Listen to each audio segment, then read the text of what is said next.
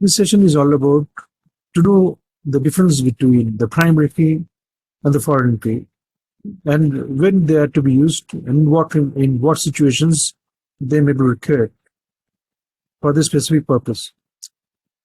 So the primary key constraint uniquely defined or identifies these records in a table. The primary key must contain a unique values and cannot have duplicate values of its own, or it cannot even have null values. Null values are not accepted.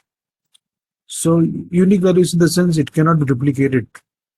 So a table can have only one primary key, and in the table this primary key can consist of single or multiple fields or columns. So what is the syntax of primary key that has been utilized for creating a table would be the create table persons, then int int not null primary key constraint. This is the way to be described in SQL Server syntax. Then the last name is varchar, the not null, first name varchar agent. So in order to analyze how this situation comes where we need a foreign key. So foreign key constraint is used to prevent actions that would destroy the links between tables.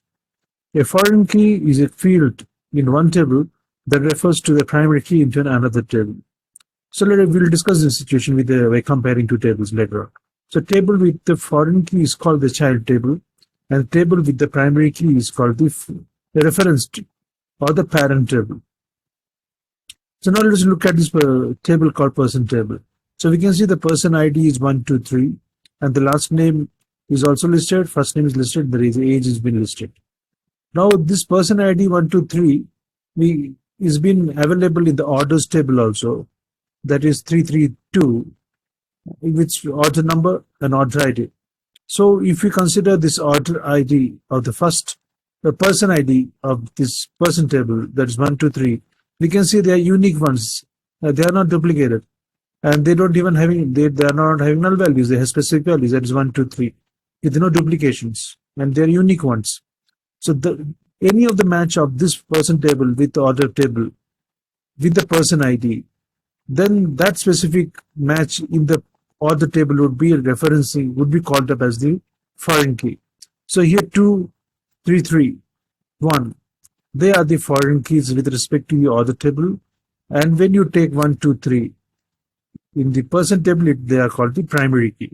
So this 1, 2, 3 are actually the primary key corresponding to the person table, and the same 1, 2, 3 that comes up in the order table will be corresponding to the foreign key. And we can see the foreign key can be duplicated. It can be repeated as a numerous number of times. So that's the specific difference between the unique key, but the primary and the foreign key. Now, in order to understand how the situation can come where we can create syntax of a foreign key. So here the create table orders, order ID, where int referring to the order ID, not null primary key.